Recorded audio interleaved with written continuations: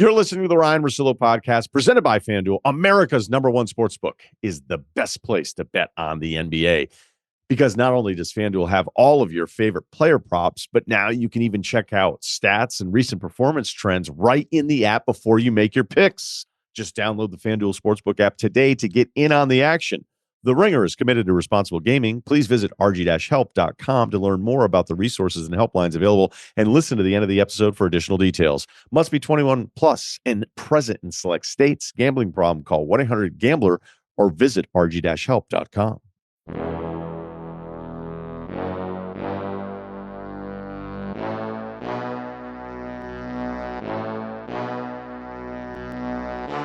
Loaded podcast for you today. We're covering the draft, little college hoops with the NBA, and of course, Luka's return is where I'll start.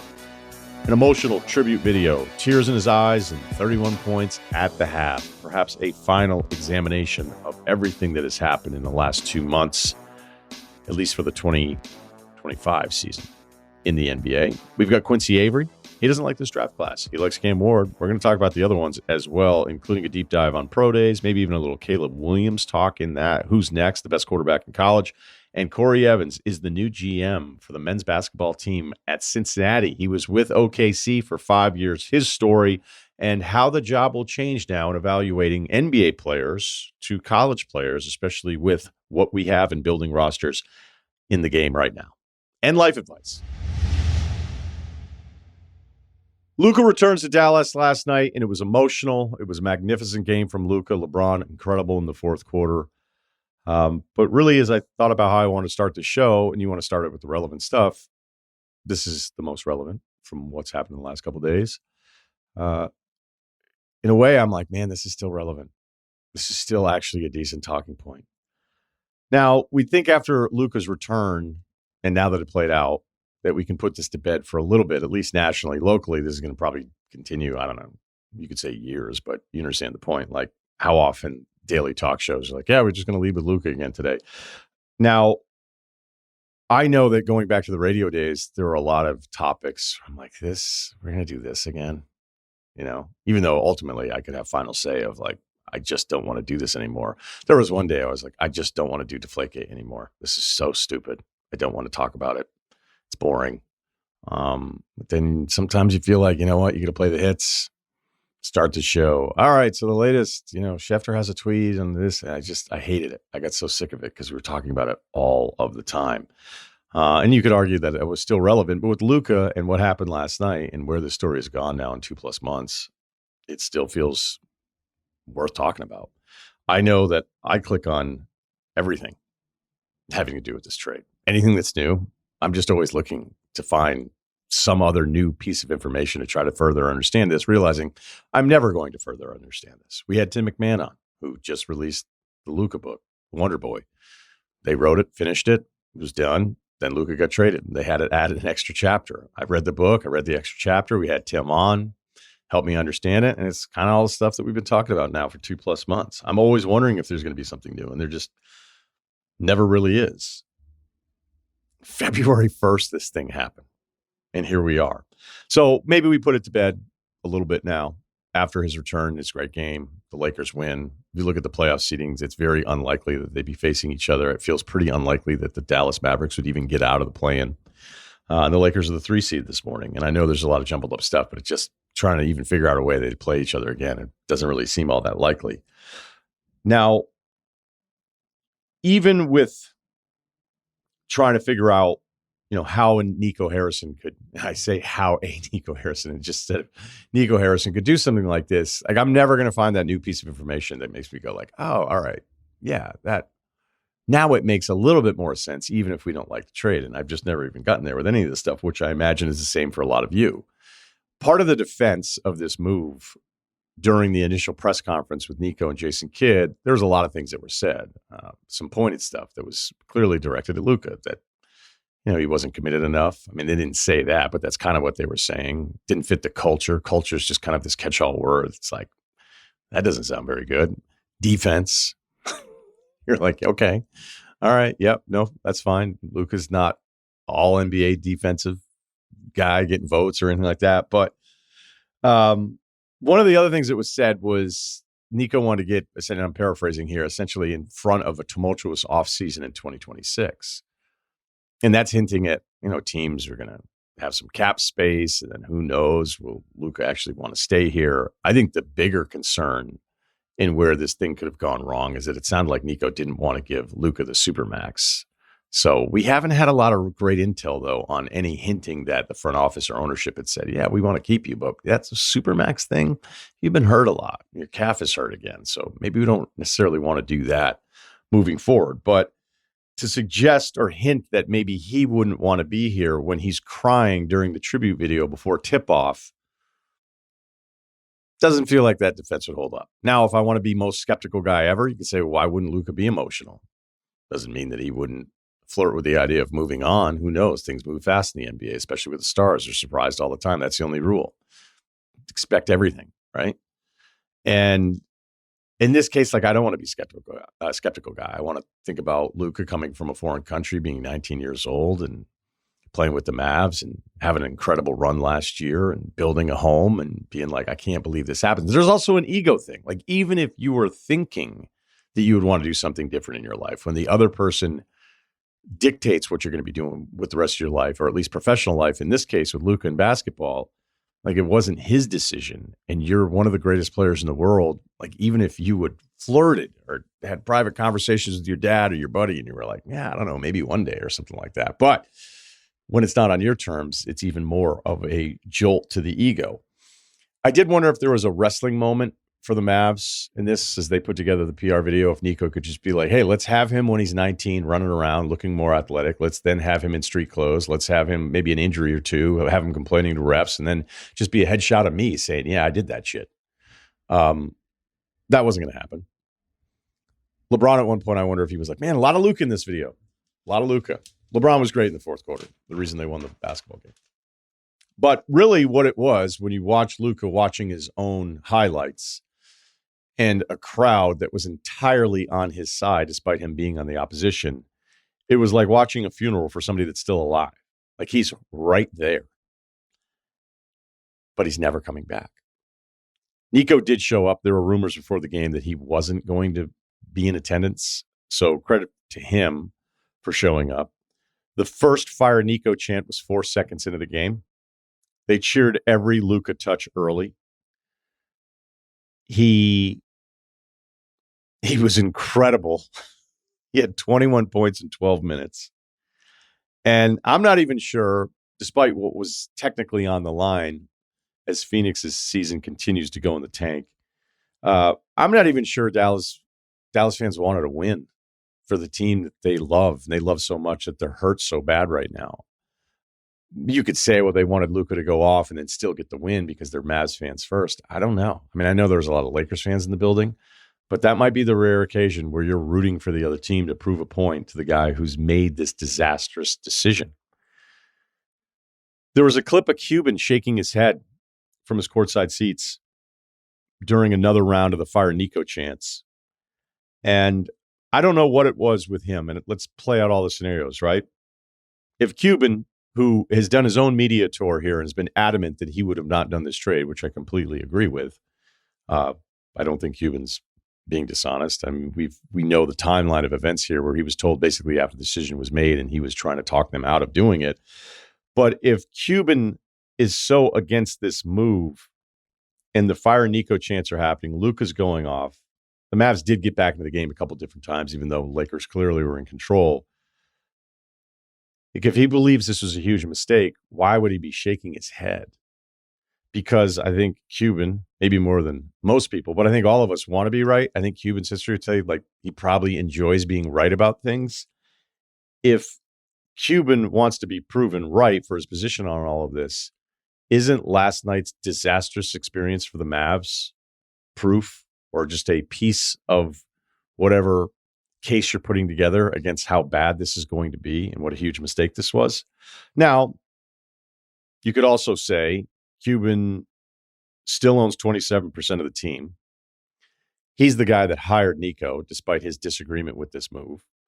And Nico doesn't answer to him anymore, despite what was supposed to be this transfer of ownership, but not necessarily a transfer of basketball making decisions. You go back and read all those quotes, Cuban clearly thought he was still going to have final say on all of this stuff and promoted the idea of that. But then the NBA wouldn't let him have that. Again, I don't know. That part's not important. But I think what's important to understand with Cuban shaking his head, just looking like he was miserable during the Fire Nico chants, is that maybe, there's part of me that thought, is he being a little theatrical, or is it just the reality of like this franchise, this fan base, this city that means so much to Cuban, that he's invested so much of his time in the last 25 years, that it's just a really sad night for a franchise that he cares so much about? Because it has to be a surreal experience to be sitting there listening to, I don't want to call them necessarily like your fans, but it's not wrong, your fan base that supported your franchise and you've cared so much about, just turning on this thing that even if you only own 27% of, that's still quite a commitment and a relationship that just doesn't disappear overnight. So maybe that's what that reaction was. Now, as I always ask myself whenever the tide is just going in one direction, is there any way this plays out where we could all be wrong, that Nico could be right? Now, look, the execution of it and only dealing with the Lakers, not putting them on the market, not getting more assets back, that'll forever be inexcusable. There will never be a way, unless Max Christie turns into LeBron, which isn't going to happen, but you understand the point, right? Kind of like the Marc Gasol trade. Like, that doesn't make any sense. Why would they do that? Oh, Marc Gasol ended up being pretty good, but still. The execution will be unforgivable, but is there any, because as I watch some of the older school Luka stuff, which doesn't really feel all that old school because it's only like 5 or 6 years ago, you watch some of that stuff and you think, man, if there were a chart of like how he runs around, he really moved a little different. And it's not that long ago. He just turned 26. Even last night, watching him on a couple possessions, I'm like, he kind of runs weird. Okay. Sure. He runs weird, and he had 31 points in the first half. So I don't know if Mavs fans got what they wanted, but maybe just for a night.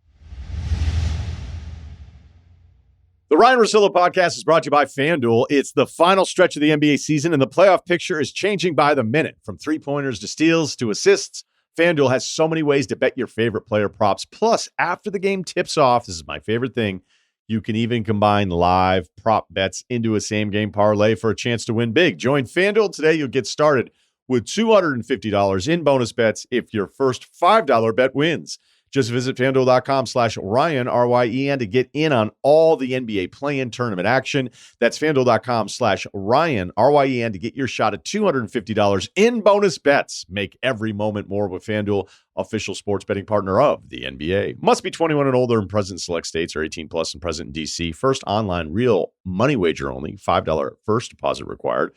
Bonus issued as non-withdrawable bonus bets, which expire 7 days after receipt. Restrictions apply. See terms at sportsbook.fanduel.com. Gambling problem? Call 1-800-GAMBLER or visit rg-help.com. Quincy Avery, friend of the podcast, QB coach, QB Takeover. Also see him out here in LA for the Elite 11. He's been on in the past. And as we're gearing up for the draft, I want to have a little different perspective from a guy that's letting dudes fucking have it on social media when we're talking about the QB. So we'll just jump right in. It's good to see you, my man. What's up? What is going on? Nothing. I want to hear you talk about these quarterbacks in a way that maybe I haven't heard them talked about before. So there's a bunch of different things that I want to get to, but let's just start kind of at the headline stuff. Like, how would you rank the top 5 guys? I would start with Cam Ward. I think that he's obviously number 1 in the class. I think that there's a large cavity between him and anybody else. And then Jackson Dart, Shedeur, we're going to put them in the same class. And then Tyler Shuck right behind those guys. And those are really my top 4. And I wouldn't have anybody else really in that range of top 4, top 5. I think it's going to be, I guess we can go Jalen Milroe, but I just don't see Jalen Milroe as the passer that I think is needed to be successful in the NFL right now. Like when you watch the Alabama games last year, they would try to protect him. And if you're trying to protect a quarterback at the college level, it's going to get really difficult when you have to make a throw on 3rd and 7, or just like lead a 2-minute drive. And those are things that I think are necessary to be a successful NFL quarterback. You're not going to hear a ton of pushback from me on the last point. So I know that you know that.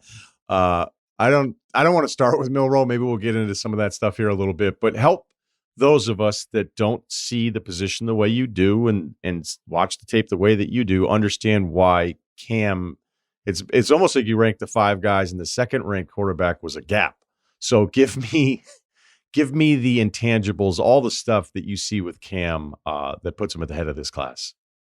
Well, the thing that allows Cam to be so rated so highly for me is his ability with his arm, right? And we talk a lot about like how strong is somebody's arm. Well, that is one thing, but he has the ability to throw layered throws with touch, with anticipation, right? You see a defender between the receiver that he feels is open and him. He's able to get balls up and down in a way that I think is unique in this class. Like he has arm talent that is truly unique, and you need that unique capability to be successful in the NFL. And he has that. He can throw off platform. He can create. He's off schedule.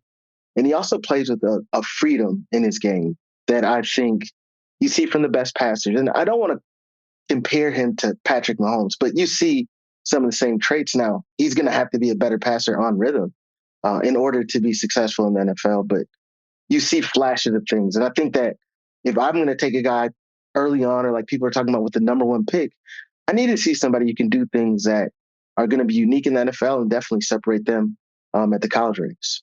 Have you figured out something that you go, okay, this is the most important thing at this position? Like, this is mandatory for me to even consider you. Confidence, right? That's not a physical skill, but that is the number 1 thing I think a quarterback has to have. And that's kind of the only reason I even have Shedeur as a top quarterback, because he has that confidence, right? The confidence to be able to go out there, and when things go bad, the ability to bounce back and respond from difficult situations, right? You're going to throw an interception, but what is your plays after critical errors? Like, what do you do in the next drive after you throw that interception? And that mental makeup that Cam has, I think is truly special. The downside of Cam would feel like it's very fixable, and that would be the what can I get away with throws, right? And the times where, we can always talk about like throwing back across the middle of the field. He pushes that to the limits unlike any other top guy. Like other guys making those throws, you'd be like, this guy might get benched at halftime. But the rest of it is so good with him. I feel like that's the only noticeable knock where just the casual college football observers like, what the hell is he doing now? Now, granted, I think there's some similarities in the Mahomes story where, we understood Mahomes better as a prospect at Tech once he explained it, and once Kingsbury explained it, of like, hey, we were going to give up 1,000,000 points every single Saturday. So he started to play that way. And it's like, man, I wish I thought about that when I was watching him, because I couldn't believe how reckless he could be at times. I think some of that applies with Miami and at certain points this season where he had to keep them in these games. But if you have QBs that are like, what did you see there? Can you get that out of them? Is that possible? I think that Miami got it out of him as much as they could. Like if you go back and watch Washington State, that film, that was like Cam lackadaisical chill on steroids. So it's what are we going to be willing to accept, and how successful are you going to be with some of those plays? Because I'm fully confident like that's who he's going to be in the NFL, because he's never been a guy who's been able to play with a ton of structure. So if we can have success really early on, I think that we'll see him have a really strong career and be a top tier quarterback. But if he struggles to start out the gate, we're going to have some issues, because you are who you are. It's in your DNA, right? He wants to play this way. He wants to be off schedule. He wants to let his feet die in the pocket and just flick one out there, rotating his shoulders. There's a discipline to playing the quarterback position that I'm not sure that he has right now. Can he get it? I hope so. I'm not super confident that he'll change a ton in that way.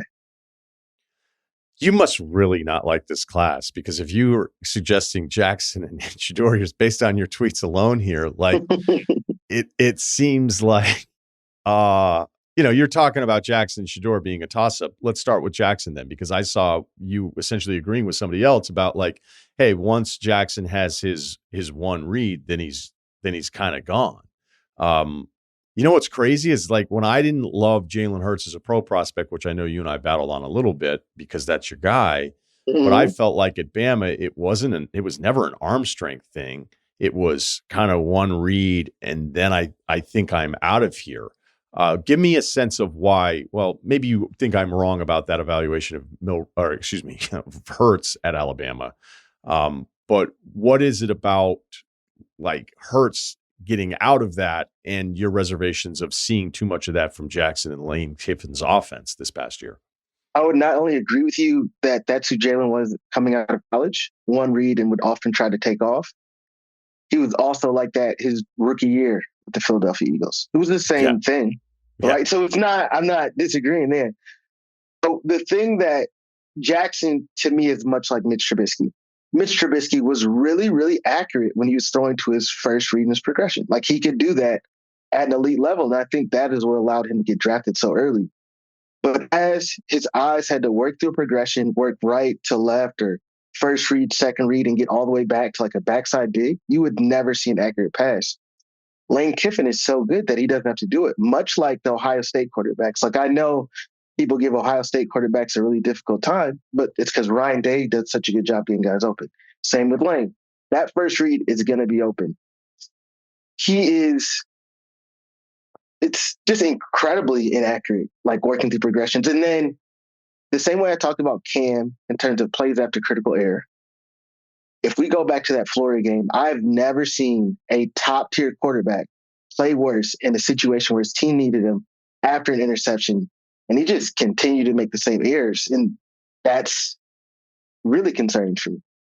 So it's like Cam Ward could be a starter. I don't see any other starters in this draft. You mean first year or long term? Long term, like they're just not going to be starting level quarterbacks. I think anything outside of just Cam Ward going in the first round is a massive reach. Wow. Okay. Shedeur? Yeah, let's go. Okay. Shedeur, in terms of physical traits, he doesn't have elite arm strength. He's not quick. He's not fast. Doesn't have ability to escape it. That's fine. There's been quarterbacks who've been successful who have lacked those traits. When you see Shedeur get sacked, unless he has a bad offensive line, that's the one thing. When your offensive line is bad and you get sacked, that is an offensive line issue. Shedeur Sanders shows the ball behind the line of scrimmage, at the line of scrimmage more than anybody in the NFL, anybody in college. But his average time to throw is 2.96. That means he's not processing the other information quickly enough at all. And you'll see times where there's free rushers. As somebody who's watching tape, if I see a free rusher run directly to the quarterback, no one blocks him, that is on the quarterback, right? We need to be throwing hot. We need to have a plan before this. Shedeur doesn't have plans when the defense gives him anything that he wasn't expecting, right? We need to be able to play from the neck up. And that is what his biggest strength should be. Like he should be the best quarterback in the world.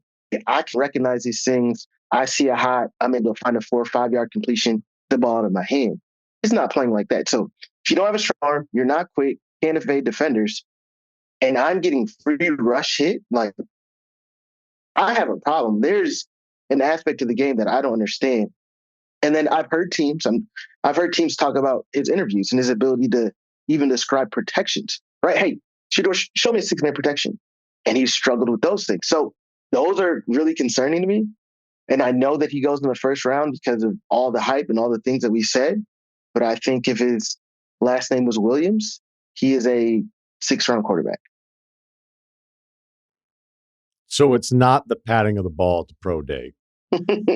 I could care so little about patting of the football. I think probably 85% of the NFL quarterbacks today pat the football. It's a rhythm thing. It's a sequence thing. It allows guys to throw the football better. And I'm not, Shedeur, pat the ball you want, but let's make some decisions a little bit faster. Let's have an idea of what we're doing when we get to the line of scrimmage. Now, maybe it's something that he just wasn't coached on. And that's hard for me because I don't get to interview the guys. I don't know what they're saying in these meetings about what they were taught, what they should have known going into college. But there's guys that I work with in pre-draft who can kill it at least on the whiteboard, and you see it in the games. Okay, if I wanted to defend Shedeur, because I think I've said throughout this, like, at least I know he's tough because he got his ass handed to him for 2 straight years. And then he seemed to have, maybe I'm being a little theatrical about it, but just that he seemed to have a flair for like the dramatic. Maybe I'm thinking about the Colorado State game too much, Mm-hmm. but that it's like, man, there's not really much else that we can count on. Like, can you just get back there and survive long enough to make some kind of play? You're absolutely right. The number, once I saw what the number was and throws the line of scrimmage behind, it's staggering. Like, you're like, man, that's why anybody that wants to throw around completion percentage is a true indication of whether or not a quarterback's accurate. Like, it's over. It's been over for years. We're going to stop doing that with college QBs, but I don't know. Some people still seem to fall for that every now and then. And he had awesome receivers, right? So he had awesome receivers. So that, and we're not even just talking about Hunter. Like, I felt like they had like 4 dudes that were all out there making plays whenever you would watch them play. Is there enough in the, I sound like I'm making excuses, but I'm just wondering how it would be argued in the room.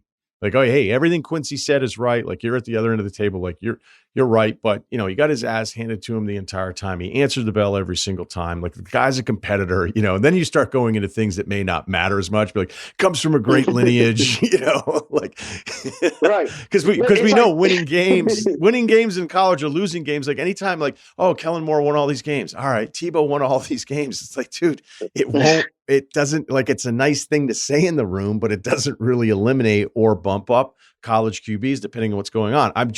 That's a staggering statement from you to say that he'd be, if he's Shedeur Williams, he's a 6th rounder. Like, that sounds crazy in the build up to what's coming up here with the draft. He's tough as shit. He is a tough dude. And like you talk about, he has a flair for theatrics. You see those games where he really started to do really good things.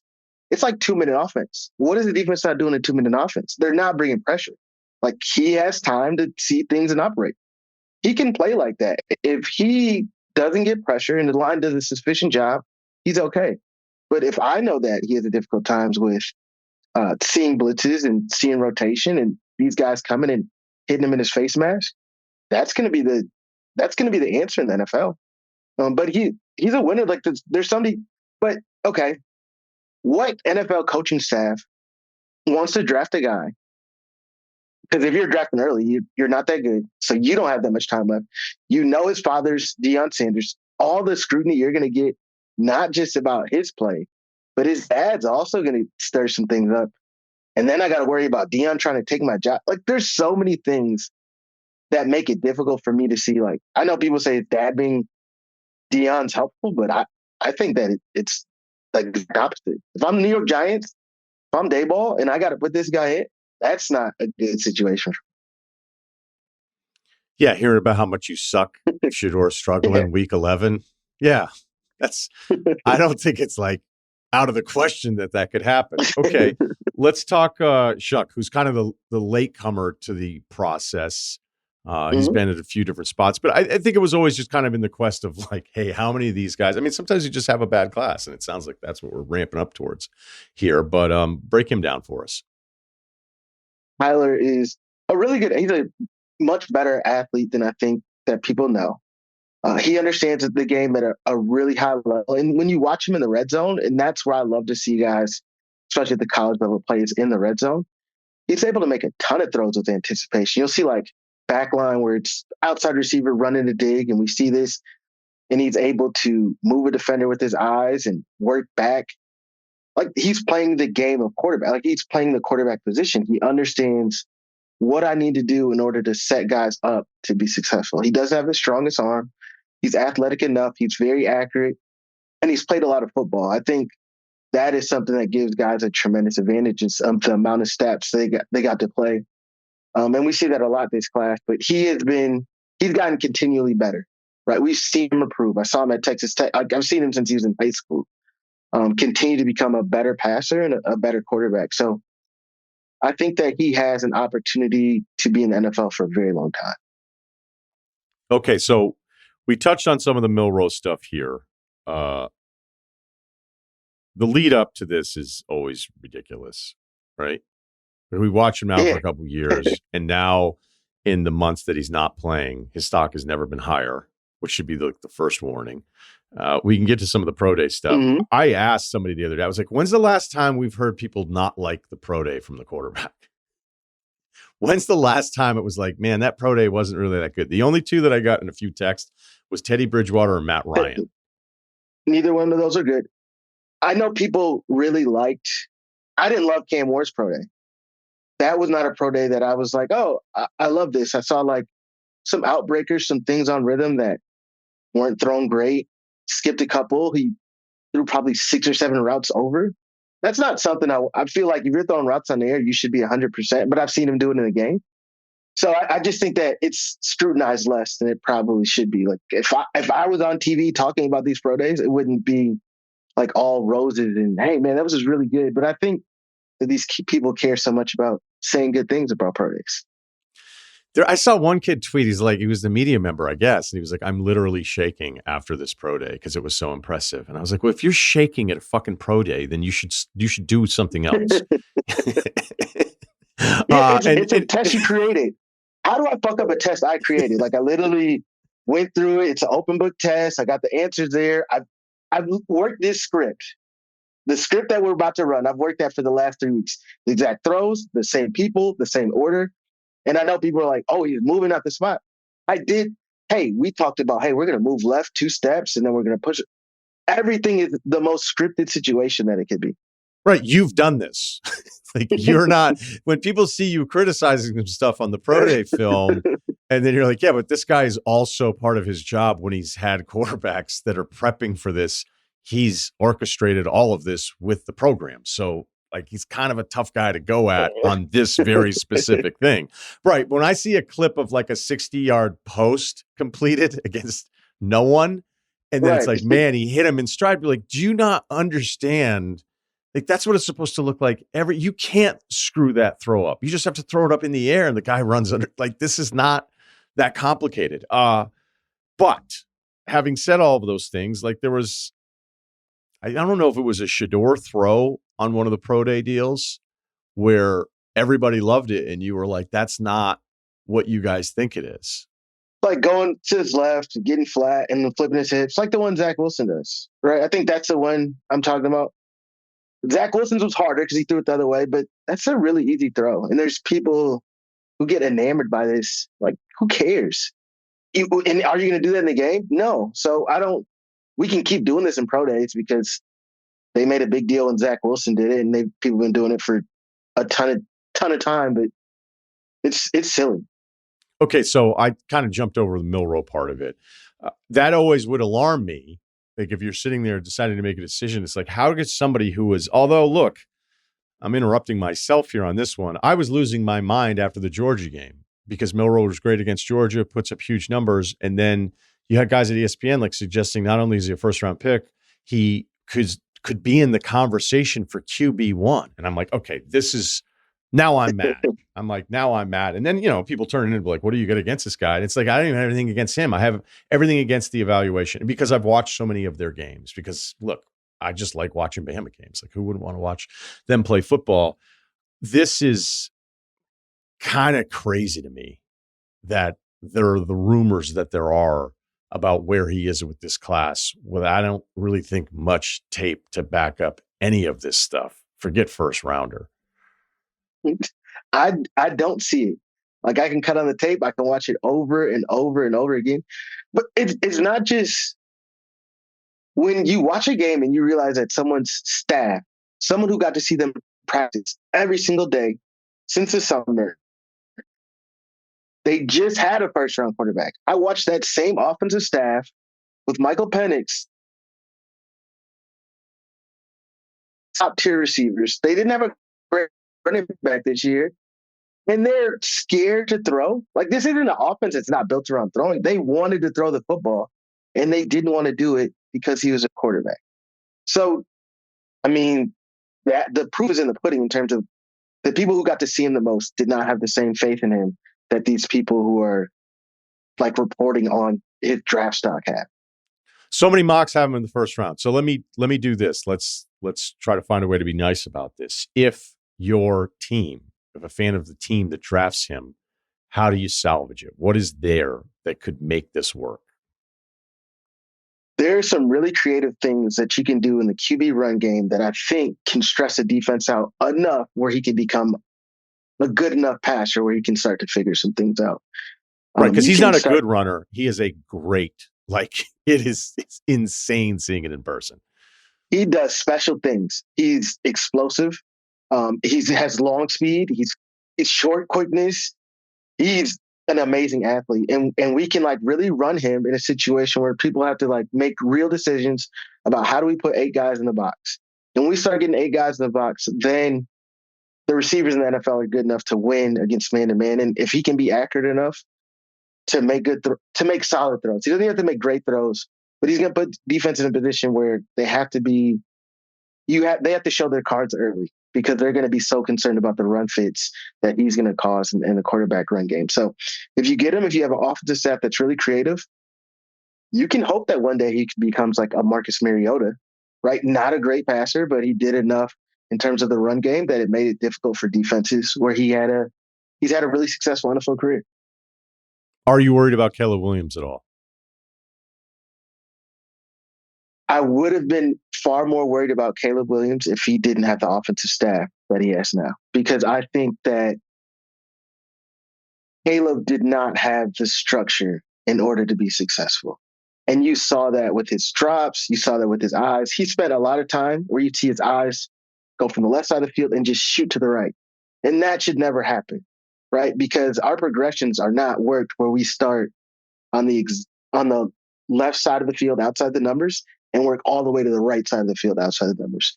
So either there was a level of confusion with the way that he was coached, right, where he started the eyes in the wrong spot, or they didn't give him good enough answers where he could see things early on throughout his drop. So Ben Johnson's going to do a fantastic job in terms of getting him under center. I think he's going to have the ability to have more play action scheme where he's able to move the defense early on with run action and see a very clear picture.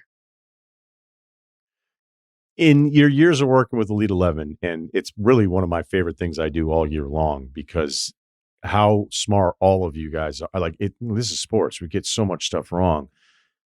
I find those few hours with the staff and watching the kids throw, like the hit rate that you guys have on the stuff that you'll tell me is unbelievable. Like there's nothing that is, I'm serious, man. Like that's why I always like kind of after the fact, I'm like, all right, this is like, I remember rolling in thinking like, oh, this guy's this. And they're like, nope, no, he isn't. I'm like, what? I'm like, you're gonna be kidding me. I mean, it's happened with a bunch of different quarterbacks. Is there someone on the positive side of this, like what you had early and you're like, that guy's a pro, that guy's a first round pick? I'm sure it's happened a lot because you guys get every CJ Stroud. CJ Stroud would probably be the best example of that. And CJ Stroud was actually someone who came into the Elite 11 very, very undervalued. No one saw like the talent. He was actually our last pick in terms of getting into the 22 guys who get to come and are dwindled down to 11 guys. He was someone who his mental makeup made it very easy for us to say like he's going to be a first round quarterback. I've never seen someone so consistently do every single thing right in terms of like preparation, the little details of the playbook. He knew everything going in. He studied.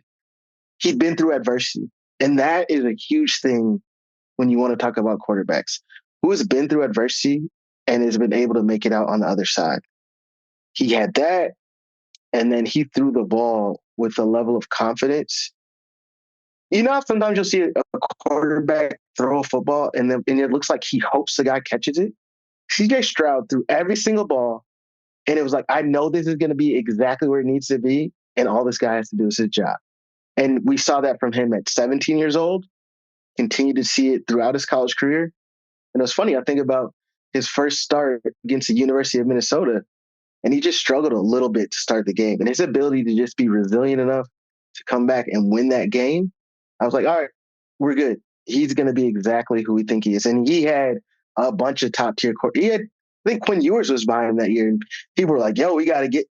And he was like, no, I got it. And that mental toughness, and seeing this last year where people say he struggled a little bit. And I think that if you really dig in the film, you'd have some different thoughts, but that let me know like that difficult year, he's going to be even better this upcoming season. You want to talk about that 3rd and 7 thing you brought up, which is always kind of my standard rule with college guys of trying to figure out, like, can this guy play on Sundays? And seeing some of this stuff, even what could be perceived as a down year for CJ, because I think it was so incredible. Like, you're not supposed to be that good your rookie year, and the fact that he was after Bryce and all that kind of stuff. But like, I would still see throws this year where I'm like, there's no, like, they're screwed. And then he finds a way. And it's not just about escapability or anything like that, or getting into a throwing lane. It's just the zip on and still an accurate ball at the sticks. There's a throw I'm thinking about to Nico right now where he hits him on the sideline and converts. The and outbreaker route, it's on the right side of the field. I know exactly which throw you're talking about. And it's not just energy in which he threw it. It's how early he threw that ball with energy. To have that level of anticipation, and Nico hasn't even started to come out of his break yet, and then put his foot in the ground and just rip that shit. Like, for one, that takes a set of nuts, right? To throw that ball in that situation, we don't get this first down here, we lose the game. He does so many things that I'm like, not worried about him one bit. He's going to be one of the best quarterbacks in the NFL for a very long time.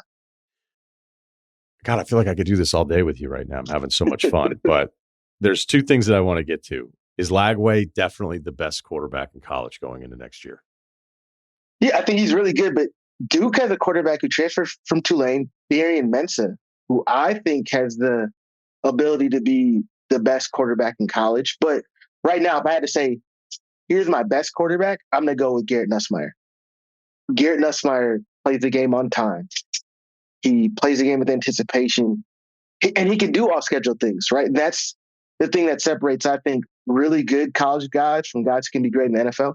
Can you play on schedule? And then when things break down, do you have the ability to do something special? And Garrett has all those things. When we booked you, I had forgotten that this was in the works, but it's happening. The Quincy Avery Effect, Hulu, April 23rd. I've seen some of the taglines on this. This is big, man. This is a big deal. And obviously, I'm really happy for you, getting to know you over the years. But what is this going to be about? No, I'm super excited. So it's really my story. And I think that people see me now and they see like quarterback coach, training the top NFL guys. But it's really more of a story like perseverance and all the things that it took to get to the spot that I'm at. Like I was essentially homeless for over 1,000 days throughout my life. It was like just the ability to not quit and like be resilient when things get really, really difficult and you're facing hard times. Like, how do you keep pushing through and really knowing where you're trying to get through? And I think that a lot of times people will say things and then actions are not aligned with the things that they said. And I think that when you get to see my story, you get to see someone who's just like, hey, I said that I'm going to get this thing. And every single thing that I did was working towards that end goal. Like I said, I wanted to be the best quarterback trainer in the world. And everything that I did was like put all my energy into that basket, no plan B, and was resilient enough to wait out my time in order to get my first client. And then that first client was Joshua Dobbs, who's playing for the New England Patriots right now. And it's just been a long road, but I'm thankful to be where I'm at. I'm happy for you. This is a big deal. Again, April 23rd, the Quincy Avery Effect. That'll be on Hulu. Our guy from the QB Takeover. And, of course, hopefully get to see him out here with the Elite 11. Thanks, man. A story popped up recently in basketball, and you've been hearing more and more about this at the college level with everything that's going on, is that they need more people to help evaluate rosters. And general managers are becoming a normal thing in college basketball. And joining us now, it's Corey Evans. Spent a bunch of years with the OKC Thunder and is now the GM of the Cincinnati Bearcats men's basketball team. So good morning, man. Good to see you. Good to see you too, Ryan. I appreciate you guys having me on. So before we get kind of into like the headline-y transition part of this whole thing, I know about your background, but I just want to share it because younger people will ask me like, hey, how do I get in? What do I need to do? And I'll use like McShay as an example. Bruce Feldman, who worked with us in college football, who understood like the BCS better than everybody else, is that it's obviously a crowded field that you're competing with. But if you can find a way to kind of separate yourself or provide value, then it opens up all sorts of doors. And I think you're a perfect example of that, where you just kind of took it upon yourself early in the basketball world to just try to get noticed and provide value for hopefully having the position you have now. So let's go back to that. Yeah, it's been a long process for sure. I would say I had some mistakes along the way for sure. And that's why I tell a lot of young folks getting in the business, when you're young, make some mistakes, learn and grow. And that's how you get better and figure out what your niche is. I learned early on that relationships were the most important thing in all of the world, right? Your line of work, my line of work, anything in general. So starting out to go back about 15 years, I graduated from Old Dominion. I was actually roommates with Kent Bazemore on the NBA side. So it's funny how it all works. And I actually developed some inroads with TJ McConnell when he was in high school. And I actually got on staff for a year at Duquesne. And I'm actually from Pittsburgh as well. So it was amazing, right? Like you're right out of college, you're 21 years old, you're back home at Duquesne. I'm 10 minutes away from my parents. I'm coaching TJ McConnell. We're going to do this real fast, right? Like we're ready to rock and roll. And a year later, we go 17-15 and we get fired. So I found out very, very fast how the business of college athletics and everything in the world works. And it's all about winning and the bottom line. So I was fired. We were fired on staff there. And I wanted to get back into college basketball and coaching. That was always the pathway for myself that I saw. But I also didn't want to put myself in the spot where a year from then I'd be fired again or go to a place that wasn't conducive for learning and growing and impacting in the right manner. So on a whim, I picked up a scouting service. I created my own college scouting service. First year or two, I had about 20 programs on board. I was charging about $200 a piece. So you can figure that out. A lot of long days, a lot of long nights, living in my parents' basement there, living in the car on the road. But I just love what I was doing. You know, when you have a passion, it doesn't really matter when you're that young. You don't know better, right? But making my way into the industry, I just loved figuring out how people worked and developing the right relationships. And it was authentic. And I think after a while, when you're consistent and you work hard and you build the right rapport with people, it just keeps building and building and building. Okay, I love this because at some point you have to decide, like, I love basketball. And then because I love basketball, it's like, well, then I know who the good players are and who the bad players are, right? Which is, one of those things where, like, I remember the first time I thought I could do it, I was 14 because I couldn't believe Tate George was a first-round draft pick. Yeah. And I'm like, I can't believe, like, nice run at UConn, but, like, can't believe a team, like, who would do this would actually think that. And so there's a delusion that you talk to of being younger. So did you have it? Did you know what it was? Like, I almost want you to evaluate yourself as an evaluator when you started off, because when you're young, you just think you're like, oh, this guy sucks. This guy's awesome. And I'm so smart and everybody else is an idiot. And then you go through it enough and you're like, this is really hard. It's almost that 10,000 hour rule, right?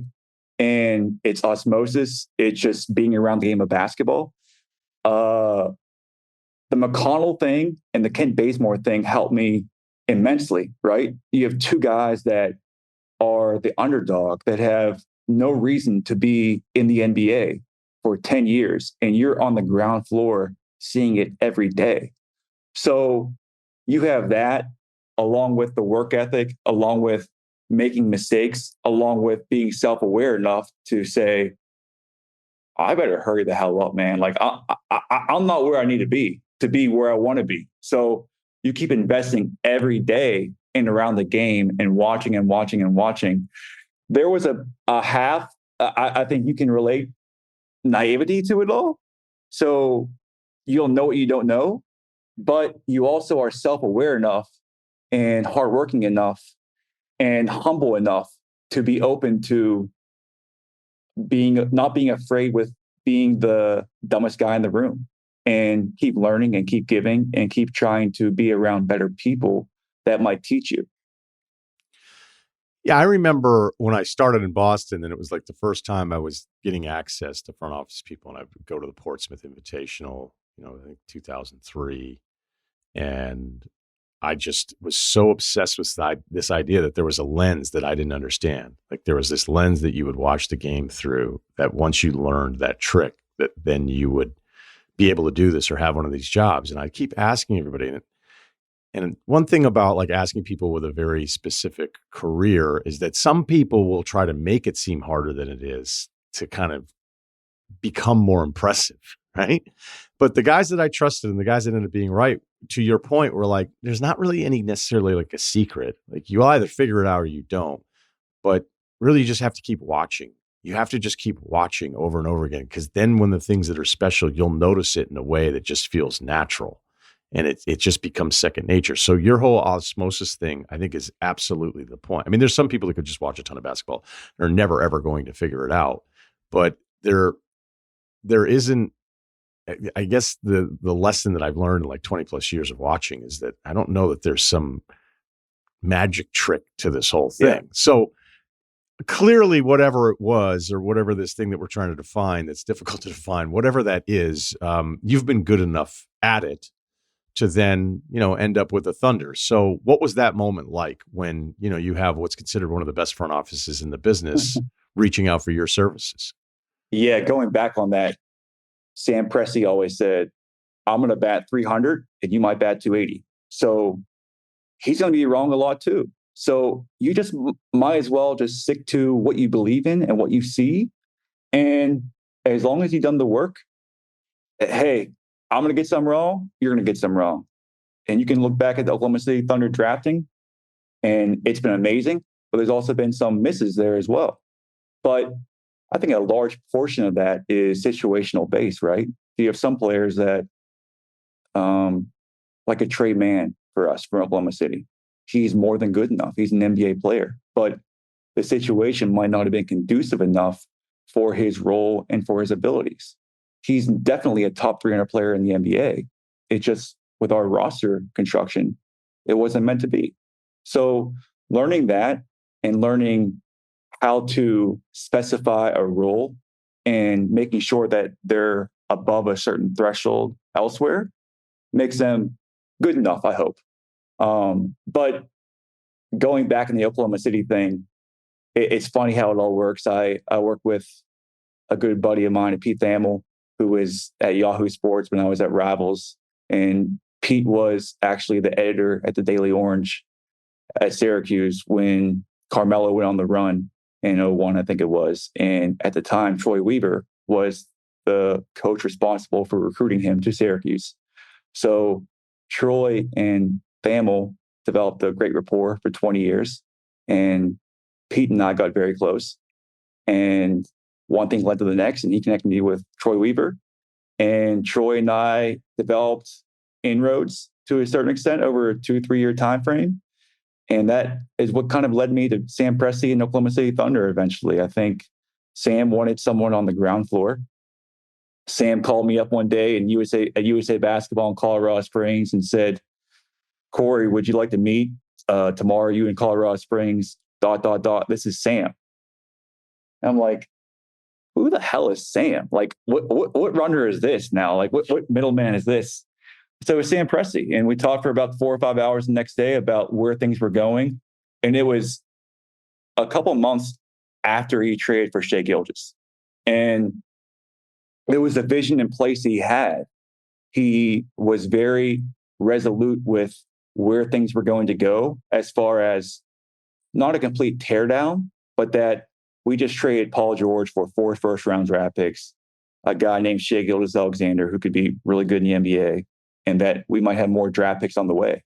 And we need someone on the ground floor that knows the whole industry, that knows the people in the industry, that knows how the kids think and work. And, I got to thinking, hey, is this the right step for me? It was not an immediate yes. When you become comfortable with where you are and you feel like you're among the very best in your industry, it's a jump, right? You want to jump over that ledge and burn the boats in a sense, but are you ready for it? And ultimately, it again, Ryan, like looking back on it, what a dumbass, right? Like, why wouldn't you have done that, man? It's with where things are now. But at the time, you're going back and forth of, is this the right move or not? Now, Sam's probably, I don't know if Sam, I doubt Sam will listen to this, but he'll be like, can you guys talk about Cincinnati and not talk about how we do things? But I do have to ask because I just have so much respect for Sam and what I've loved about the approach of, building a roster where guys, when they have the ball in their hands, are okay with it. Yeah. Making sure that, and you can just see, like even the Ousmane Dieng pick, I was like, that kind of makes sense for the way they see what they want and how they want to build out their roster. But is there anything that you could share with us? Because I do want to pivot to Cincinnati here. Is there anything in all the years of being in the room with the Presti or somebody else where it's like, okay, this way they look at or something that was said, you feel like this now will influence the way I think about roster building or just evaluation of players? I could talk about that for an hour.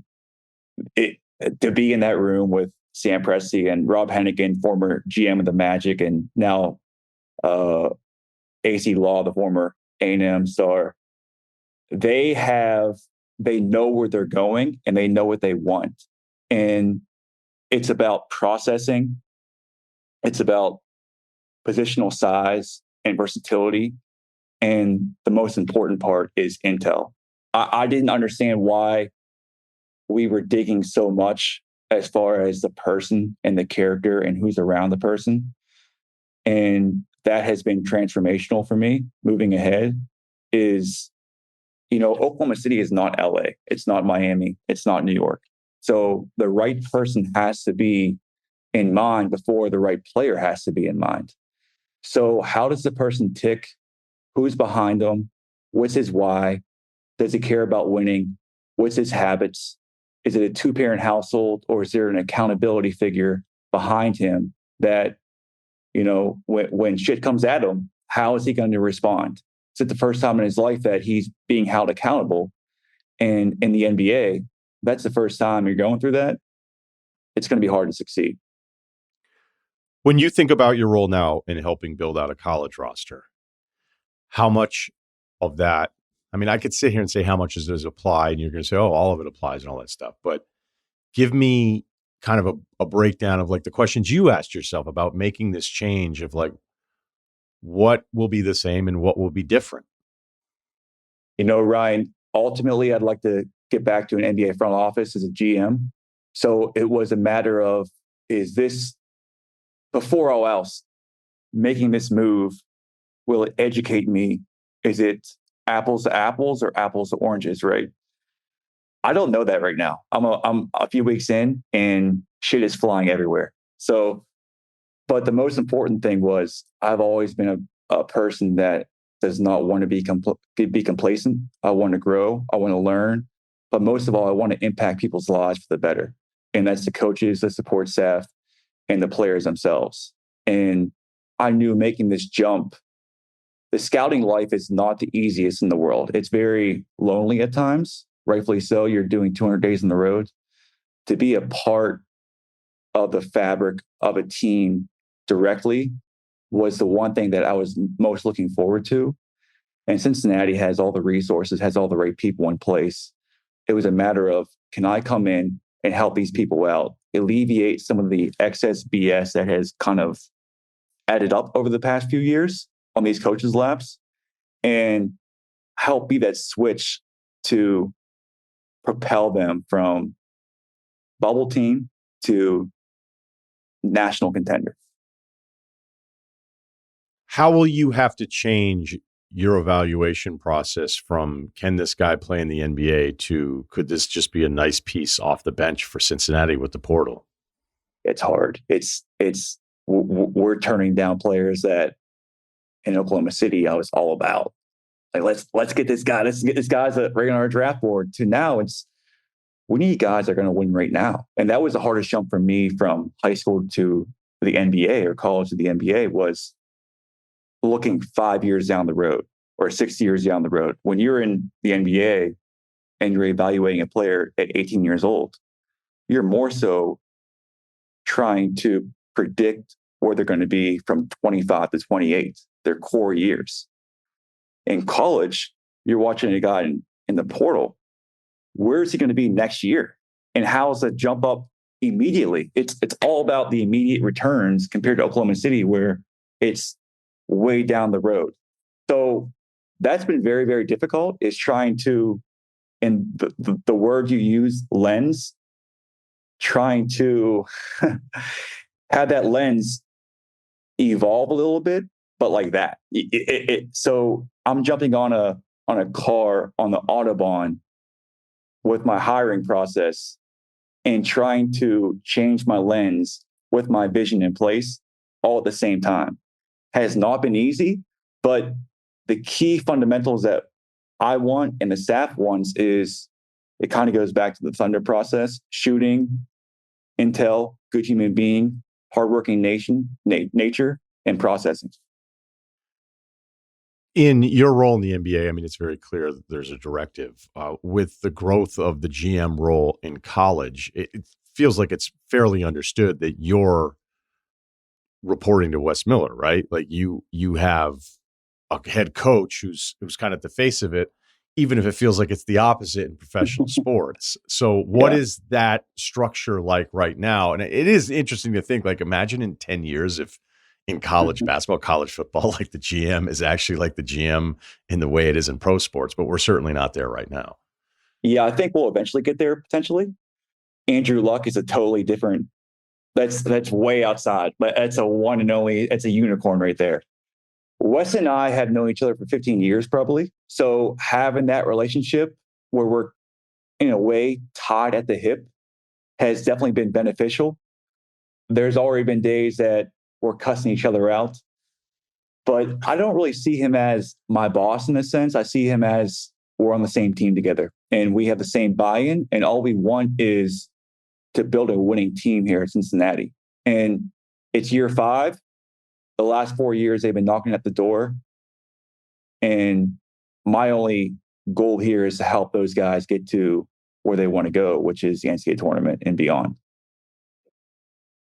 I guess in a way you could look at it as, even if I had in this role, like, I'm not saying like, hey, we had the bad year, but like you can kind of just start all over again. Like, hey, this guy's under contract for 3 or 4 years. So how different do you think this is? I mean, we've already talked about the evaluation part of it, but how different it is when it just feels like the off season now and the portal's like, just let's see what we can get and we'll see how it goes.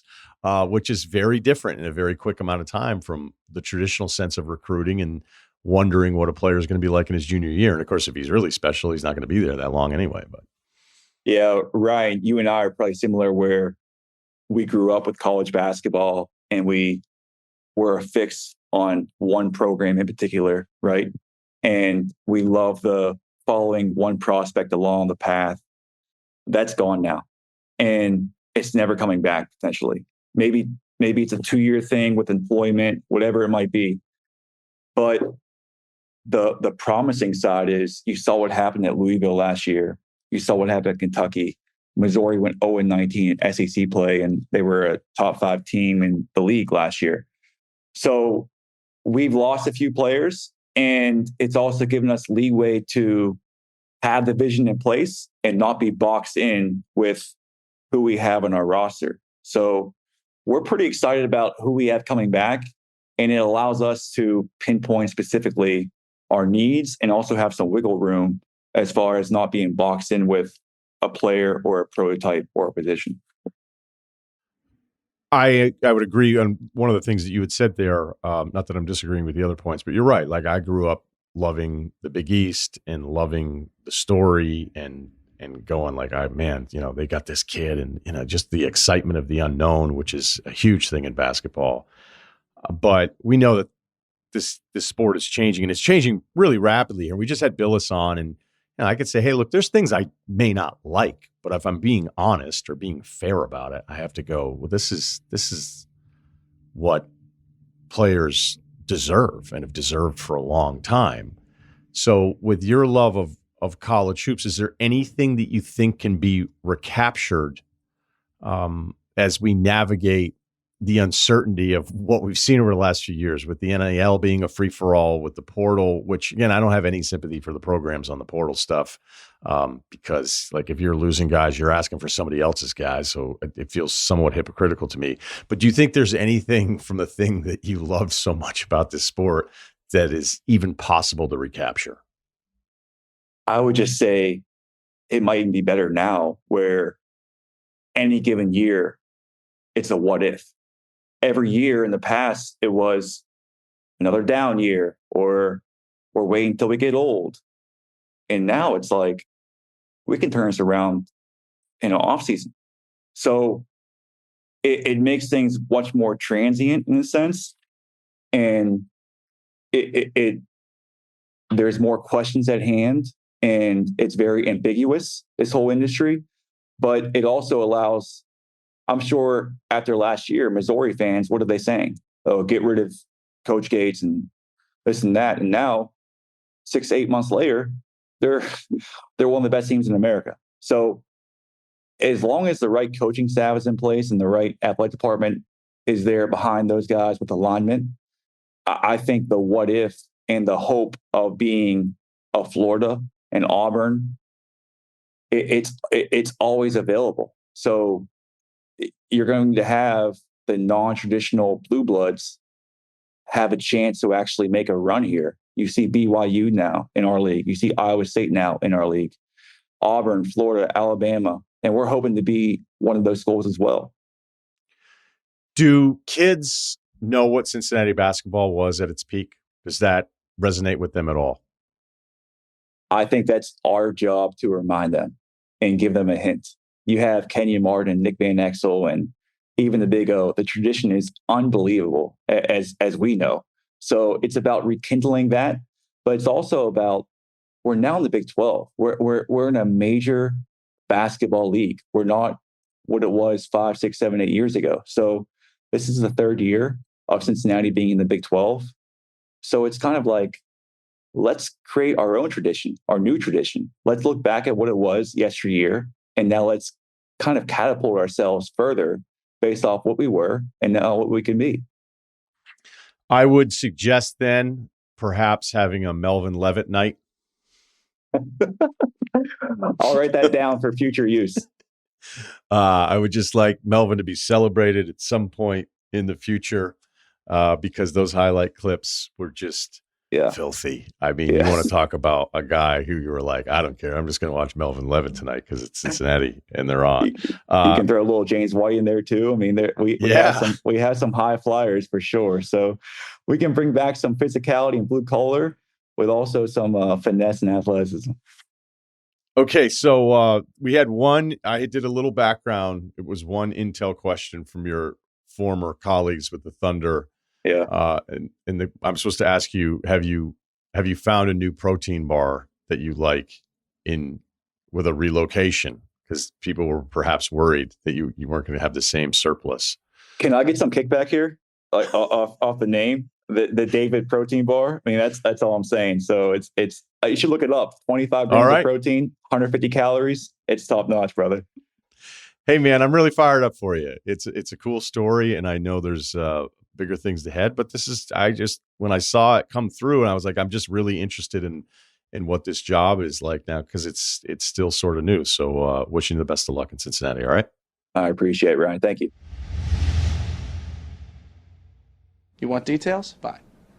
I drive a Ferrari 355 Cabriolet. What's up? I have a ridiculous house in the South Fork. I have every toy you can possibly imagine. And best of all, kids, I am liquid. So, now you know what's possible. Let me tell you what's required. Our email address, lifeadvicerr@gmail.com. Ceruti is not in the building, but a congratulations to he and his lovely wife on kid number 2. So that was what was in the mix. So happy for them. And we don't know when he's coming back. He might jump in and then leave again or something. So you take your time, buddy. Yeah, I have a vacation coming up, and it's just poor planning. I thought it was going to work out perfectly, but babies come when babies come. So he's scrambling. It's my fault, but what can you do? I did get some new luggage yesterday, and I got to say, I feel awesome. I was working with some kind of a patch job. I got the Samsonite backpack to go with it, and I got to say, I can't wait to be strolling through LAX with that thing. I'm excited. I've been hand-me-down luggage forever, and now it's like got a hard case. It's good stuff. Wow. Yeah, look out. Are you going overseas? Because you probably they'll just wave you right in. No, I'm just going to do 2 weeks in the Crown Jewel. And I don't know. It's going to be, got my buddies opening up like a bar restaurant. I got a wedding and there's like another thing in between. They were like 10 days apart. And I'm like, you know what? I'll just take 2 weeks right at the end of the NBA season. What could go wrong? Yeah, what could go wrong? So you're out for the beginning of the playoffs while Ceruti's also. So you're just going to be off the show. Ceruti's going to be off the show. Well, I would do life advice because that's normal times. You know, I think BS Pod's a little more erratic when it comes to we got to do stuff right now. Right. East Coast hours be a little tough for me. So you got to take vacation sometime, I guess. I don't know. We'll see. Hey, Wargon. Hey, guys. Maybe just you and I fire off a couple episodes. Hey, who says no? Yeah. I'll listen. I love it. This is not me. I'll tell you who says no. Everyone who listens to this. No. You're wrong. I'll be honest. I'm ready to test drive it. Who knows what'll happen? I'm ready to do it. Okay. Actually, Wargon, stay on for this one because you guys are both. Wait, are you married or engaged, Wargon? I'm engaged. That's July right. 12th. July 12th is the big day? Yeah. Where are you guys doing it? I'm a married. Do you want as a? No, I don't care. Westchester, New York. Just felt as a public figure now, maybe. Public figure, yeah. you wouldn't want anyone to know. Hey, by the way, the big guy that sent in the thing about like, am I getting played? And he's paying for a bunch of things, 4 dates and 10 days, and he admitted that she was a bit above, it was like 4 and 6 days, by the way. It was 10 days would have been a nice reprieve. It was like Friday, Saturday, Monday, Tuesday. It was crazy. A lot of stuff. There was a Sunday morning pool, or he had the Pilates certificate or whatever. He emailed us back, which I appreciate because, he was the one that was like, hey, here's a picture of her. Here's a picture of me. And I think both Kyle with this kind of data were like, yeah, she's going to turn a few heads. And he's a big old offensive lineman with a big gold chain. But he looks like a great hang. And he was like, hey, thanks for reading that. That's exactly what I needed to hear. I'm just going to, I met somebody I like. So what am I doing? Yeah. I'd cut down the frequency too. Let her miss you a little bit, Yeah. Save a few bucks too. And what do we think about like the 16th? The 16th would be a great day for me. Right after that direct deposit hits. I just, man, I think there's just a lot of times where, there's a lot of people that are lonely, right? And I think you go through your own stretch of like whatever it is during the off season of relationships, and you'll get in a situation where you're like, this is kind of everything that I wanted, and then you start, because you're not with people that like. And I'm actually not talking about myself here, but think about the times that you wanted to be in a relationship and that you weren't, right? So if that is extended over a longer period of time, and I'm not even saying that's what's happening with the emailer here, but I think this applies to some other people, that you are on your own for almost too long of a stretch becomes real comfortable. And then once you're back into it and you're in a relationship, you're noticing all these things that are different. It's like, yeah, because you're actually interacting with somebody. Like there's no perfect score for anyone out there. I don't believe. And now that you're in something that you said that you wanted, you're coming up with reasons to be like, this is a bit disruptive though. And you're like, well, no shit, because now you actually have to start thinking about somebody else when you're doing your schedule. There are going to be times you're making sacrifices that you were not making before when you were by yourself all the time. So I just think it's a decent reminder to go, yeah, like, some stuff's going to be a little bit different. Not to say that you're supposed to put up with everything just to be able to have some significant other. So, Wargon, anyway, what's your best cheap date? I'm not talking like Dave Chappelle in Half Baked where he's trying to stretch like $18 over 2 hours, but like for me, like an experience, but that's like it's not going to be a $300 dinner. Like I'll take my wife to the LA Zoo every once in a while, and that's like that's like 4 hours. We'll have a bad sandwich in the cafe or whatever, but You really get your bang for your buck. Do you have like one of those go-tos when you're like, yeah she's going to love this, but I'm not going to hate it either? It's like sandwich and a bottle of wine in Central Park. Wow. Nice day. You are that type of guy. That's great. It's a good time. Just laying in Central Park. Richard Gere over here. That's great. Well, there's some ideas for you, man. I finally found the email. Do you really need to go all out for a proposal? Hey, guys, 5'8", 188, player comp, John Lucas III, mainly because of my height, and LeBron would absolutely dunk over me even at this ripe age of 40. One of my favorite memes, and I don't know that I have an all-time memes ranking, but when a bunch of the guys in the Bulls were hurt, and there was just a picture of John Lucas III, and I think the graphic said, I fucking got this, and it was like him with a super intense face. I love that one. Anyway, so as the title alludes to, I'm ready to take the next step in my relationship. My girlfriend and I are currently living together in a large Midwest city. As you can imagine, any place or restaurant in the city I live in wants to charge an arm and a leg for me just to pop the question to my girlfriend. I didn't know that. Did you guys know that? No. Kinda, Well, yeah. imagine I mean, if you're asking for stuff, but I don't think You just put the word wedding or like proposal in front of anything. All of a price is sudden, gonna catering 10x. costs way Yeah. more for some reason. I don't know. fair. I'm not in the mindset that I need to propose as cheaply as possible, but market hasn't been great lately. Thanks, Tara. Yeah, but cue Ryan sign potential sidebar. You gonna do it? There is a potential sidebar. No, here's what I know is that I've read a bunch of stuff. I'm not really sure, and I'm certainly not comfortable sharing my thoughts on tariffs. I would say most people on social media do not apply those rules themselves. And so there you go. Sure. Like if the other party's in office, then you'll get mad at the stock market. And if your party's in office, you're just going to say, don't worry about it. We need this. And then when we have the bounce back yesterday, it's like, see, everything worked. And then if you don't like who's in office, you're going to go, yeah, but the bounce back had to happen because he's a moron. So I'm not, there you go. There's a sidebar. I cannot fathom having my content game be like, well, never surrender on anything politically, no matter what happens. All right. I'm sparing no expense on the ring itself, but my larger question remains, do I need to go all out? My first thoughts are beach vacation in Puerto Rico or Costa Rica, perhaps somewhere on the East Coast like Newport or a beach town in Maine. We have a European vacation planned for the fall, but to be honest with you, I love this girl. I don't know if I want to wait that long. Wow. He can't Chop it wait. at the bit. Yeah, I mean, it's April. This guy wants to start looking at furnishing catalogs soon. I kind of want to just try and find someone in our city to pop the question and do a nice dinner after. For the married guys, am I overthinking the need to go all out for the proposal? Do I need to make this thing as special as possible for a big moment like this? All right, why don't you guys take the lead? She's going to tell the story, right? That's kind of part of it.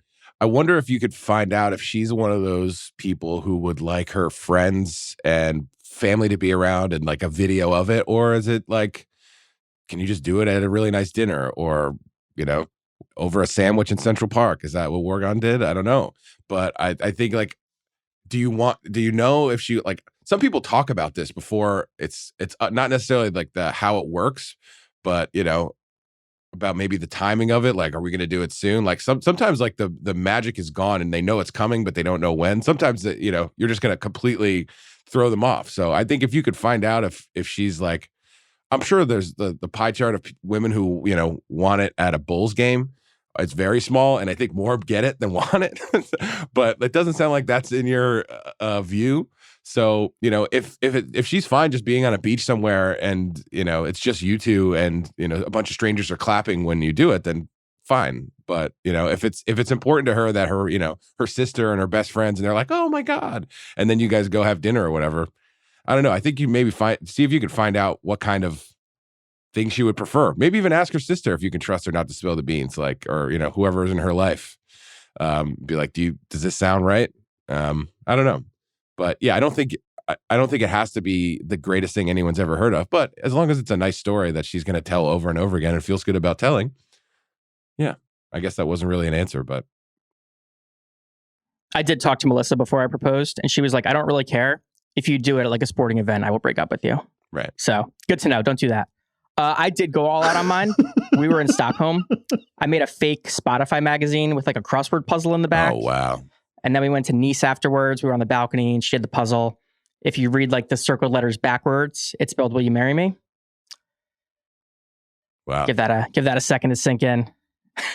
I see the wheels turning. No, I'm just imagining like the backwards, like, is it too clever? And you have to be like, no, I think it says, It was too clever. She like started laughing and I thought that she did it. So I proposed. And then afterwards, she was like, I don't get it. Oh, man. Yeah. She liked it after, though. I explained it. Man. It reminds me of that, like, I saw it on Instagram where this guy was, like, driving past a bunch of billboards, and it was like, will you go to prom with me? And the girl was like, what kind of idiot would do that? And he's like, it's actually, those are my billboards. She's I like, would've kept I'd love quiet. to go to prom with you. Wargon, can you just say that again? Yeah, I got it on the wall. You want me to Best guy ever. visual aid? What are we Yeah, thinking? go grab Yeah. that thing, man. Here, let me all plugged in over here. An absolute Kyle. romantic. We got the wine in Central Park. He made Hold a on, magazine. let me take it off the wall. Give me a sec. He turned the work trip. You know, there's- he turned the Spotify Sweden work trip into a proposal. Way to parlay that. I mean, unreal. Yeah, that's good. You know there's brie in those sandwiches. It's framed too. now. Yeah. Yeah. So the proposal. All right, we got like is- here we go. So it's Yeah. like the cover here. Here's the crossword. Dude. Melissa is like standing down the end of the hall, just like watching this happen. You guys are going to be fine for those 2 weeks. I can already tell. Yeah. You Yeah. guys are going to be great. Yeah, I'm not worried Yeah, about it. that's awesome. I'm not worried about it at all. All right. So yeah, that's really sweet, man. That's very sweet. Look, I think a lot of this is basically budget. You know, where are you at in your relationship? You know, these older couples that have done well, or, you know, there's enough in the retirement account that they're not freaking out about it. They're probably going to tell you some origin story when they didn't have any money, and it was really simple and it was sweet. And I think that's the most important thing. I mean, the problem is if you're with somebody who's like, it needs to be this, this, and this, and this, like, you already kind of know what you're signing up for. So you should know. Everyone listening to this kind of knows. And I imagine the emailer, like, you kind of know this already. The fact that you were like, do I have to go all out? And then you're throwing Costa Rica and Puerto Rico in there. It sounds like You're good you is guys pretty have good. a standard. Yeah. Right. Well said, Kyle. So, you know, could you wait until Europe this fall? The months fly by, my man. I don't know why I said it that way, but I mean, it's going to be fall before you think, but I don't know if there's any urgency where if it goes another 6 months that she's going to start wondering. Usually if you go to Europe and you're in this phase of the Heads relationship, up. she's expecting that you're proposing Right. there anyway. Because there have been some trips that I've heard from friends where it's like they went to Europe and no question was asked. And then the trip was a complete disaster because the other person was expecting to be proposed to at some point. It sounds like you don't have to worry about any of that stuff, but look, there was a guy, I think also age has a lot to do with this. When the guys in my group were starting to propose, which was pretty late for, I guess, basic standards, but there was a few early guys, right? There was a few guys in their mid-20s that did it up, and one guy didn't have any money and he made it kind of like a family thing, and it was great. And they talk about it still, that it was awesome. There was another dude who apparently like went to Paris, had the carriage with the horses and the whole thing. Dudes are like, you hear what Bogus did? You know, and you were like, what?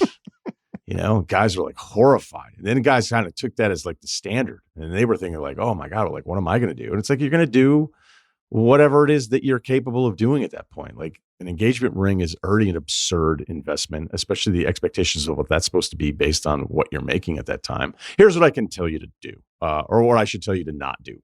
Don't show up to a work, propose in the parking lot when you're actually broken up. That doesn't work that well. All right. Nice. Okay. Yeah. Let's see. Master stolen valor. All right. 29 years old, 6 foot, 225, bench 225 for the first time a few years ago. Now trying to get back to the 1,000-pound club. Look out. Pickup comp, Grayson Allen. Unexpected athleticism can light it up from deep, but lateral quickness defensively is an issue. My question is, wearing Masters apparel when you have not attended the tournament stolen valor? As most sports-loving men do, I love the Masters. Unfortunately, having not been lucky enough to plant my feet in the Bermuda grass, I have several clothing items to celebrate my love for the event, but I've noticed a strange reaction to my wearing the gear recently. I've been asked, whoa, you've been to the Masters? To which I've replied, no, sadly. This has been meant by an unimpressed, oh, more than once. Typically, the conversation shifts topics after this exchange. This all culminated with a tweet post from a popular Golf X account asking the same question. Is wearing Masters gear when you've not gone to the event yourself the sports equivalent of stolen valor? No. The original post has affected my thoughts on wearing the clothing enough that I felt the need to get your opinions on the matter. Also, it is unknown whether Wargon has graced the Masters with his presence, but he was wearing apparel on the Tuesday pod. Curious for his thoughts as a potential fellow Augusta imposter. Thanks. Side note, I have a first responder job. Met with some tough days in the office. Nothing improves the mood more when there's a new pod sitting in the queue. Thanks. All right. Yeah, cool. All right. Yeah. Well, Kyle, we already knew that you were going to say, like, absolutely not. So let's just start with Wargon here, because I think, have you been? No, Wargon? I haven't been. I've worked in studio a couple times. The guys always bring back apparel when we do that. But, like, it's a sporting event. Wear whatever you want. You know, it's not like you're pretending to be a police officer or something. Yeah, as a guy who went in 2018 and probably the best day of my life so far, really, really awesome. Does your wife know that? I check every year. I'm just going to power through this. I check every year to see if I can get in. I'm in the real lottery. I look on the secondary markets, and it's like, I'd really like to bring my dad, because that's what Bill did when I went. And I was like, wow, what a great moment. And then I went and dropped him off somewhere that I couldn't go. But I would really, I always check every year to come back, and I'm just here to tell you it's hard. And then you get the tickets and you're like, boy, I hope we have some place to stay. And that's maybe even harder, I think. So, no, it's not bad at all. I mean, per Ceruti's Abercrombie comeback, I checked, and it turns out I actually like Abercrombie now. When I was in middle school, early high school, definitely different vibes. The store even smells different. But they sell a bunch of cool throwback stuff. And yeah, I was not at the Athens Olympics, and I don't really care if you feel one way or another when I wear that throwback shirt. So I look at it the same way. It's really hard to get there. And if you're, like me, and every year it just doesn't seem to work out, I think you wear that shirt and feel good about it. It's a sick logo. And yeah. We went over this with the fire department shirts, from your cool uncle or whatever. Like, it's totally fine. I think the Masters thing, maybe it's the disappointment from the other party by going, oh, have you been? And then you're like, no. And then they were disappointed they didn't get to ask. They want to talk to you about hole 13 or something. And they're like, oh, this guy hasn't even been. It's so hard to get into that I really don't think there's any kind of issue here whatsoever. I mean, there was a guy that was on a painting crew that used to go all the time. And then he would just ask, like, everybody, like, does anybody want anything? And then I had a hat for a little while that I rocked. I didn't even think anything of it. I mean, I get shit for the LSU thing, and I totally understand it. Like, make fun of me. I'm from the Northeast. I didn't go there. I went to another school. I always joke that Vermont didn't have a football team, so then I should. But, like, why am I going to give a shit what a stranger thinks about something that I enjoy? I mean, you really could flip it the other way around and be like, well, why would you care that I enjoy something? Yeah, you're the loser, like, actually. Ultimately, you just want to find another reason to have an issue with me, and that's totally fine. He's like, all right, yeah, cool. Everything you're saying is fine. I'm going to go to Baton Rouge this Saturday and have a great time watching LSU football.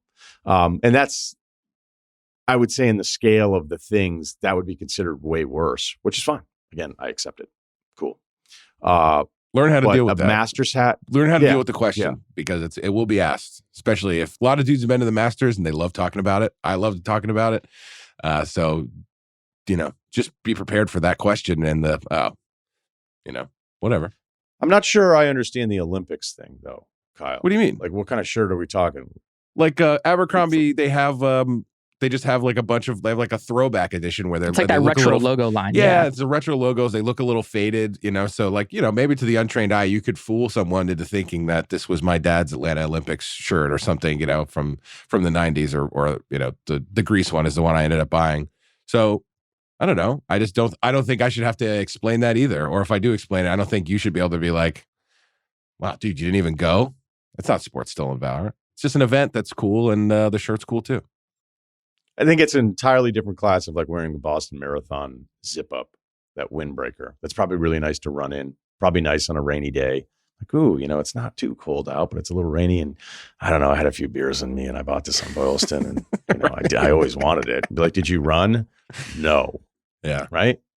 I mean, that'd be the equivalent of like, did you play? Like, no, it's somebody my uncle went, he bought me a hat. Yes. Like, I'm out. He won the lottery. I'm not one of his favorite nephews. I don't know what to tell you. Yeah, that is not stolen valor. I don't, and I think we should just kind of lower the stolen valor standards. maybe we'd all be a little bit better off. All right, last one, 21 years old, 5'10", 160 pounds, squat 280, bench 185. Trying to go to the gym more this quarter. Real technical guy here. JV Russell Westbrook comp. Usage rate over 50% while missing the three 4 out of 5 times when I do end up playing. Emailing because I need relationship advice as I go into my post-college life.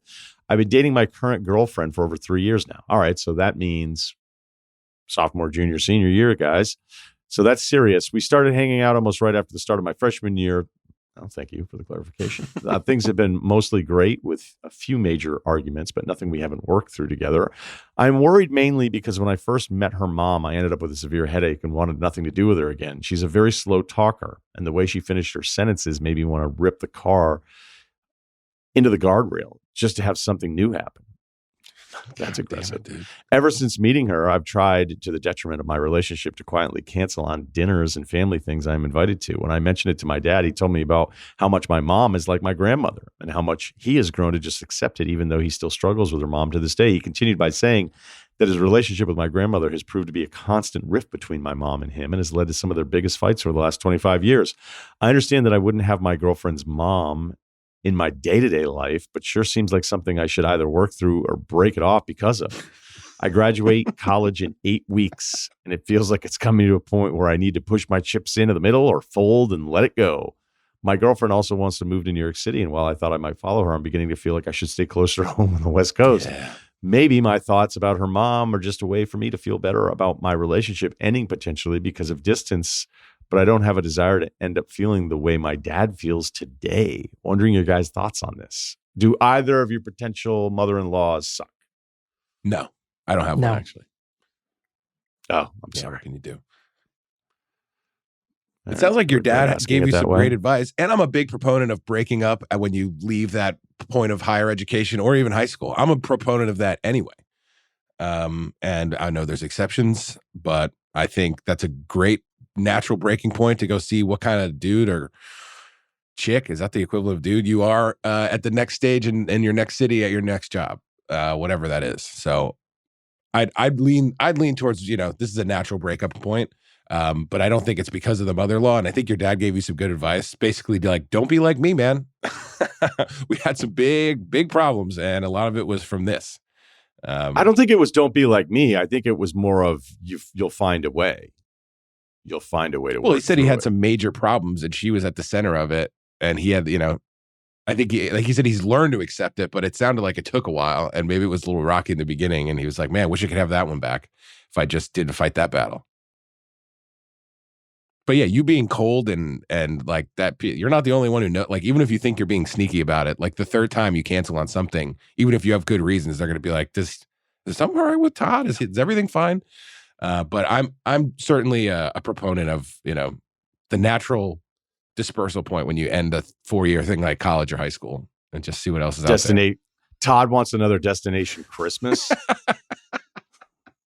We never see the kids. Yeah. The headline of this is, will my girlfriend truly become her mom? Like, I think that adds another layer to all this stuff. Before we go into that, though, I don't want to cut Wargon off here. Did you have more on that, on the dynamic? I just feel like if you're having these thoughts, it's not just because of the mom thing. Truly. Like, what do you see her once every 2 months, once every 3 months? Like, it's just not the issue that you're making it out to be, and there's got to be some underlying lace them up things for a here. dinner every once in a while. Yeah, right. This just reminded me like of one of our friends was seeing somebody, and it was really early, like we were very young, and he was really excited to get along with her. Great. And then he was like, do you guys think, the girl's name is going to end up looking like our mom? I was like, maybe at 50, dude. Maybe I at do 50. actually. Yeah. Like, is that what you're already charting out the next 30? It's like, what are you worried about? And he's like, I don't know. He's like, her mom's not very hot. But like, yeah, a lot of moms aren't very hot. Right. They wear like a whole different style of jeans, man. Yeah. Come on. Yeah. Right. So I don't know if his concern is that his girlfriend is going to have the demeanor of the mom.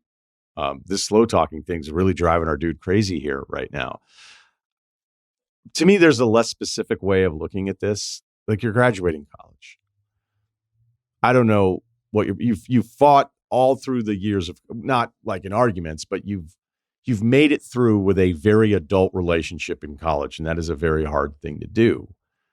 But now there's all sorts of new tests, and that is one's goals in life, the geography of the situation. I'm not going to sit here and read an email like this in a few sentences and be like, yes, you should break up. I don't know that. I'm not going to tell you that you should or you shouldn't. But if that's the only issue, it's probably a bad issue to break up. If this is one of many issues, then you're probably already answering your own question, because it sounds like you're coming to the realization of like, and by the way, why do you have to already make a decision that she's going to be your wife this soon? Like, get through these next couple years. See if you end up in the same city. See how it goes there. See if you're a New York The City mom guy, thing dude. is- If you're not a New York Right. City guy and you have to be a New York City guy, woof. Yeah. Honestly, I think that might be the answer. Worry about the non-mother-in-law stuff, potential mother-in-law stuff here, and see how that goes. All right. And if that's, I still think, kind of bringing us full circle to the very beginning of this, like when people are pursuing relationships and all this stuff, like I don't, like some of the standards, it's like, do you expect everything to be compatible? Do you expect, like, it'd be great if that was the way this stuff works. It's not the way that it works. All Dude, right? she snores. And I don't know if we're cut out for the long haul. Yeah. Okay. there's going to be something that you do that she's talking about with her friends, where she's like, I love him. I think he might be the guy, but I wish like this, and this was better. So I don't think on its own, it's a great reason to break this up, but you're going to have a whole new set of the environment is going to be so different post-college. They're going to challenge a relationship anyway. I think you're going to get the answers about who this person is or isn't going to be in your life that probably has nothing to do with the mother. Okay, that'll do it for us. Thanks to Kyle, Wargon, Jonathan Frias for getting the pod up. And I guess that's really all I have to thank here, other than another big congratulatory note to Ceruti and his family. The Ryen Russillo podcast is video pod now on Spotify, so you can see it on the app. Subscribe to the YouTube page. And as always, thanks for listening. Ryen Russillo podcast, Ryen Russillo. Hey, guys.